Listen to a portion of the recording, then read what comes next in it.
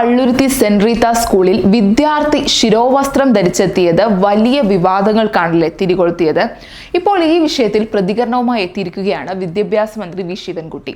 ശിരോവസ്ത്രം ധരിച്ചതിന്റെ പേരിൽ 8ാം ക്ലാസ് വിദ്യാർത്ഥിനിയെ ക്ലാസ്സിൽ കയറ്റാതെ പുറത്തു നിർത്തിയ സംഭവത്തിൽ സ്കൂൾ മാനേജ്മെന്റിന് ഗുരുതര വീഴ്ചയുണ്ടായതായാണ് ശിവൻകുട്ടി പറഞ്ഞിരിക്കുന്നത്.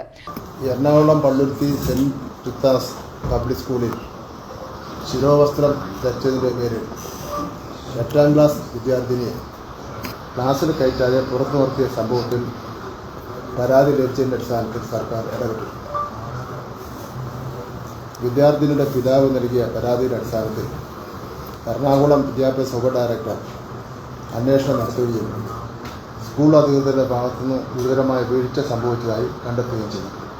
അത് വിദ്യാഭ്യാസ അവകാശ നിയമത്തിന്റെ ലംഘനമാണെന്നും അദ്ദേഹം പറയുകയുണ്ടായി. വിദ്യാർത്ഥിനിയെ ശിരോവസ്ത്രം ധരിച്ചതിൻ്റെ പേരിൽ ക്ലാസ്സിൽ നിന്ന് പുറത്താക്കിയത് ഗുരുതരമായ കൃത്യവിലോപവും വിദ്യാഭ്യാസ അവകാശ നിയമത്തിന്റെ ലംഘനവുമാണ്. ഇത്തരം കാര്യങ്ങൾ സ്കൂൾ ആവർത്തിക്കാൻ പാടില്ലെന്നും മന്ത്രി മുന്നറിയിപ്പ് നൽകി. പരാതി ലഭിച്ചതിനെ തുടർന്നാണ് ഈ വിഷയത്തിൽ ഇടപെട്ടതെന്നും മന്ത്രി വാർത്താ സമ്മേളനത്തിൽ അറിയിക്കുകയുണ്ടായി. ഇന്ത്യൻ ഭരണഘടന ഉറപ്പു നൽകുന്ന പൗരന്റെ മതാചാര സ്വാതന്ത്ര്യത്തിൽ വിരുദ്ധമായ നടപടിയാണ് സ്കൂളിന്റെ ഭാഗത്തു നിന്നുണ്ടായതെന്ന് എറണാകുളം വിദ്യാഭ്യാസ ഉപ ഡയറക്ടറുടെ അന്വേഷണ റിപ്പോർട്ടിൽ പറയുന്നു. ഇന്ത്യൻ ഭരണഘടന ഉറപ്പു നൽകുന്ന പൗരന്റെ മൗലികമായ മതാചാര സ്വാതന്ത്ര്യത്തിൽ വിരുദ്ധമായ നടപടിയാണ് സ്കൂളിൻ്റെ ഭാഗത്തു നിന്നുണ്ടായതെന്ന് റിപ്പോർട്ടിൽ പറയുന്നു. വിദ്യാർത്ഥിനിക്ക് മതവിശ്വാസത്തിൻ്റെ ഭാഗമായ ശിരോവസ്ത്രം ധരിച്ച് സ്കൂളിൽ തുടർ പഠനം നടത്താൻ സ്കൂൾ അനുമതി നൽകണം. ശിരോവസ്ത്രത്തിൻ്റെ നിറവും ഡിസൈനും സ്കൂൾ അധികൃതർക്ക് തീരുമാനിക്കും. സംഭവത്തിന്റെ അടിസ്ഥാനത്തിൽ വിദ്യാർത്ഥിനിക്ക് മതപരമായ ശിരോവസ്ത്രം ധരിച്ച് സ്കൂളിൽ തുടർ പഠനം നടത്താൻ അനുമതി നൽകണമെന്നും റിപ്പോർട്ടിൽ പറയുന്നുണ്ട്. മതേതര മൂല്യങ്ങൾ ഉയർത്തിപ്പിടിക്കുന്ന കേരളത്തിൽ ഒരു വിദ്യാർത്ഥിക്കും ഇനി ഇത്തരം അനുഭവങ്ങൾ ഉണ്ടാകാൻ പാടില്ല എന്നും മന്ത്രി പറഞ്ഞു. കുട്ടിയോ രക്ഷിതാവോ വേണ്ടെന്ന് പറയുന്നതുവരെ കുട്ടിക്ക് ശിരോവസ്ത്രം ധരിക്കാൻ അവകാശമുണ്ടെന്നും ശിവൻകുട്ടി കൂട്ടിച്ചേർത്തു. ഉയർത്തിപ്പിടിക്കുന്ന കേരളത്തിൽ ഒരു വിദ്യാർത്ഥിക്കും ഇത്തരം ദുരനുഭവങ്ങൾ ഉണ്ടാകാൻ പാടില്ല. ഭരണഘടനാപരമായ അവകാശങ്ങൾ ലംഘിക്കാൻ ഒരു വിദ്യാഭ്യാസ സ്ഥാപനത്തെ അനുവദിക്കില്ല.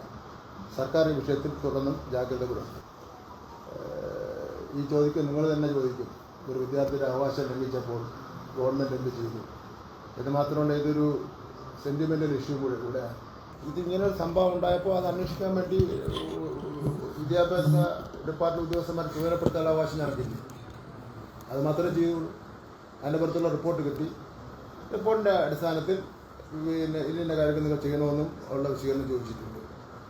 ഇനി അവർ ഇന്നലെ ഡിപ്പാർട്ട്മെൻറ്റ് വേറെ ആരും ചുമതലപ്പെടുത്തിയിട്ടില്ല ഒത്തുതീർപ്പുണ്ടാക്കുന്നതിന് വേണ്ടി. എന്നാൽ ജനപ്രതിനിധികൾക്കൊക്കെ ഈ പ്രശ്നത്തിൽ ഇടപെട്ട് ഒത്തുതീർപ്പുണ്ടാക്കാം. അതിനും പ്രശ്നമല്ല. ഒത്തുതീർപ്പുണ്ടാക്കില്ല എന്നുള്ള പ്രശ്നമല്ല. ഒരു ശാന്തമായി പോകുന്ന കേരളത്തിൻ്റെ പൊതുവിദ്യാഭ്യാസ രംഗം അതിലൊരു അസ്വസ്ഥത ഉണ്ടാക്കുന്നതിന് വേണ്ടി ഒരു ചെറിയ പ്രശ്നം ഉണ്ടായാൽ പോലും ഗവൺമെൻറ് അതിലുണ്ട്.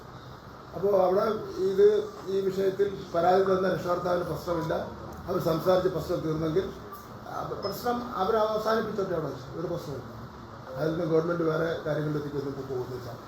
ഒരു കടുത്ത നടപടിയെത്തിക്കും പോകുന്നില്ല. അവർക്ക് അവിടെ വെച്ച് അവസാനിപ്പിക്കാം. ഇത് ഒത്തുതീർപ്പ് ഉണ്ടാക്കുന്നതിന് വേണ്ടി ഗവൺമെൻറ് ആരെയും ചുമതലപ്പെടുത്തില്ല.